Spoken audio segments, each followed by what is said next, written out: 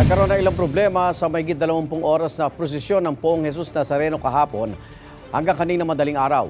Kaugnay niya, mapanayan po natin ang Technical and Procession Management Advisor ng Minor Basilica and National Shrine of Jesus Nazareno na si Alex Irasga. Senyor Alex, good morning! Magandang umaga, Kuya Igan, at sa mga taga-subaybay sa inyo pong program. Sabi po ng Manila Police District, mas matagal yung prosesyon ngayon kaysa noong 2024. Ano po nakita niyong nagpatagal po dyan? Opo, umabot po tayo ng mahigit 20 oras. At tingin ho natin, may tatlong kadahilanan kung bakit ito nangyari to. No? Sa pagtaya ho kasi ng ating command center, umabot ho ng 8 milyon mahigit ang bilang ng mga nakisa at nakipagdiwang sa ating hong kapistahan. Yun hong panahon natin, ang pangalawang external factor ho rito. Perfect weather po yung kahapon. Kung napansin ninyo, hindi ho halos uminit ang panahon. Makulimlim pero hindi naman umuulan. Kaya ho ang mga tao hindi natitinag sa kalsada kahit na ho kalagitnaan ng tanghali. Wala hong natitinag sa ating mga kapwa-deboto na tumatabi. Masasabi ko rin noon na may dalawang insidente na nagkoso ng pagbagal ng takbo ng ating andas. Yung una po, yung dyan sa may kanto ng Top Avenue at Ayala Boulevard, yung hong lubid ay pumulupot sa gulong. Kaya ho, kung napansin ninyo, yung takbo ng andas natin sa Ayala Boulevard, di hamak na mas mabagal. Kaya ho, pinutol natin yan, nilagari muna para pagtagwid ho ng Ayala Bridge, mas bumilis yung ating takbo. Unfortunately, Kuya Igan, pagdating sa San Sebastian, yung isang lubid, pumasok ulit sa ilalim. Kaya ho, pinutol din natin ho ulit yan, nilagari natin. Kaya, from San Sebastian, wala na hong lubid ang ating andas pabalik ng simbahan. Wala nang humahatak? Wala na po. Kaya puro salya na lang po ang nangyayari. May mga adjustment na ba tayo para hindi maulit ito next year? Yun naman pong ating pangasiwaan ng andas. Sa totoo lang, sinabi ko na nung una pa lang, Kuya Igan, na ito ay work in progress until such time mas ma-perfect na ho natin yung pagtitiyak na nawawala na yung mga external factors na naranasan natin. Opo. Sir Alex, isang linggo tayo nakikiusap na huwag sumampa sa andas. Pero talagang maraming matagas ang ulo na pinilit pa rin. Opo. Ganito, Kuya.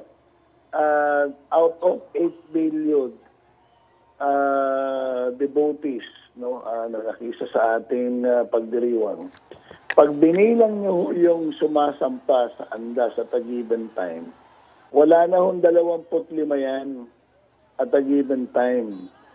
Pag tinignan din ninyo yung pagsampa nila, sa harapan ho, nahihirapan na hong sumampa, wala na hong nakakatagal. Kaya mas mahaba ang panahon na nakikita pa rin ang ating imahen kaysa sa hindi. No? Kumpara ho in the previous years na mahigit 100 na nakakasampa, last year mga 30 na lang yan, ngayon mga 25 na lang ho yan, nagiging successful ho tayo sa pakiusap sa mga deboto na ang mas marami ang sumusunod kaysa sa hindi. May babaguhin ba sa disenyo para hindi na talaga makaakyat? Sasangguni ho natin yan sa mga eksperto at sa, siyempre, at the end of the day, ang ating pong kaparian pa rin ang magpapasya sa lahat ng bagay niya. Doon sa ating po mga ihos, may mga nasaktan ho ba? Minimal lamang, Kuya Igan, mga minor cases lamang. 8 million sa NDRRMC. Ganon di ba karami ang pagtaya ninyo, Ka-Alex? Opo, yan ho namang numero na yan ay pinagsama ng assessment ng lahat ng ahensya ng gobyerno at ng ating simbahan. Kaya Opo. pare-parehas ang bilang na nakita. Sa pangkalatan, paano nyo i-assess itong pista ng Poong Jesus Nazareno kahapon?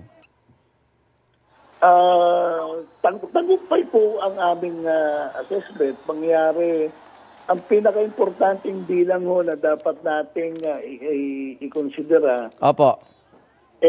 wala hong pumanaw na kapatid natin sa pagdiriwang. Opo. Zero incident to ng death. Opo. Zero cases din po tayo ng peace and order o security incident.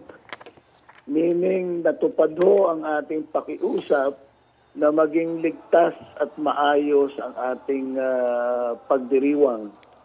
Dagdag pa ho dyan sa numerong dapat natin makonsidera, out of 8 million, dati-rati ho, lumalag pa sa 1,000, 2,000 ang medical conditions na hinaharap po natin. Sa pagdiriwang po natin kahapon, 538 lamang po ang medical incidents. Aha. Okay. Maraming salamat, Alec Irasga, ang Technical and Procession Management Advisor ng Quiapo Church. Ingat po kayo. Maraming salamat, Igan. Mabuhay po kayo. Igan, mauna ka sa mga balita, mag-subscribe na sa GMA Integrated News sa YouTube para sa iba't ibang ulat sa ating bansa.